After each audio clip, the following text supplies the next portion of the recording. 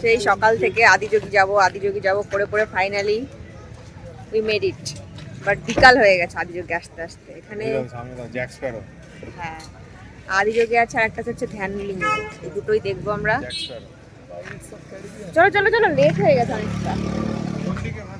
এটা আগে করে, হ্যাঁ আদিযোগীটা আগে করি।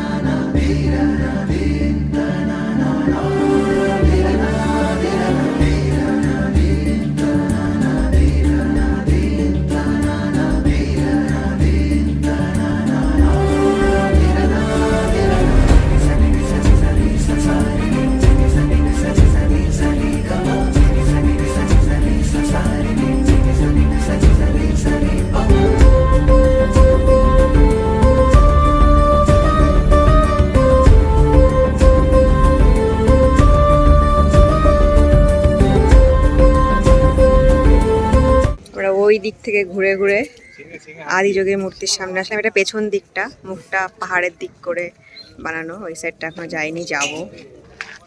এই যে এই গরুর যে গাড়িগুলো, এতে করে আসলাম।